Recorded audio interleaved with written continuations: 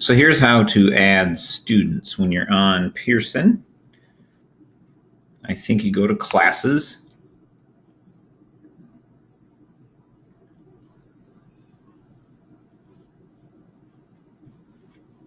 And then you'll have to create a class or group.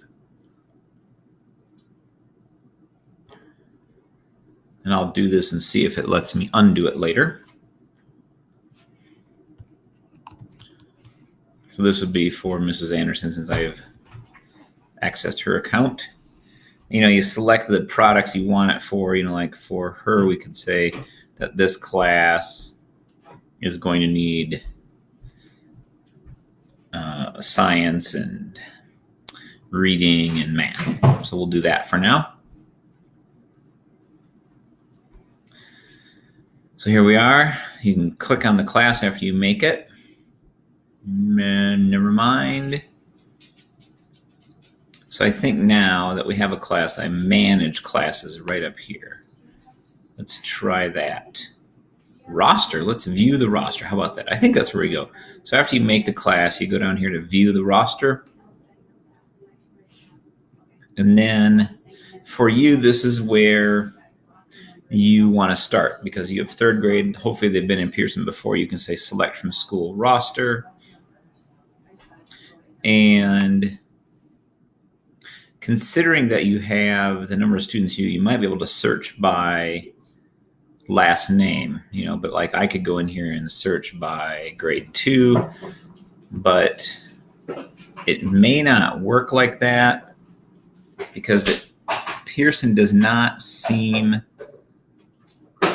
some of these are last year's second graders, like Rosie, but others not necessarily, because a lot of these are older kids. And so it might actually be easier if you would just search all grades and just search by everybody's name, like somebody that's in your class. And of course, I can't think of anybody in your class right now, but that would do it. You could search for everybody and then just add them when you see their name on here. Now, so let me pause for a moment. So if you search for like this, Collins,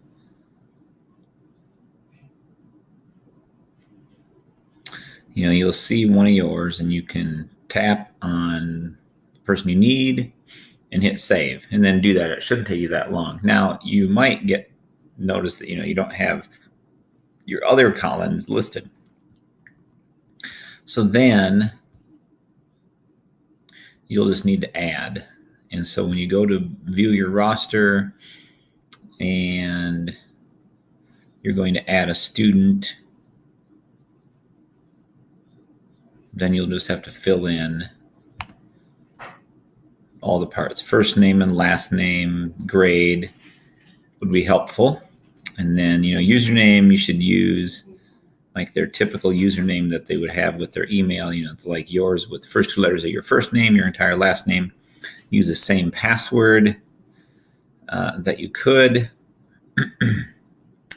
This one does say, this is the thing I remember, is that, that they need to have at least one alphabet, one letter, and one number. So I would use, I think in the past we've used their usual sign-in number and then maybe their initials at the end would be good. And then confirm the password. And you can do like their gender if you want, but that's the way I would do it. You'll have them all there. Now, when you're done and you get all your students in there, it'd be helpful if you would go back when you view the roster. You can edit the roster right here and then change all their grades to 3. That would be great then for the future when people are trying to find them for Pearson. So there you go.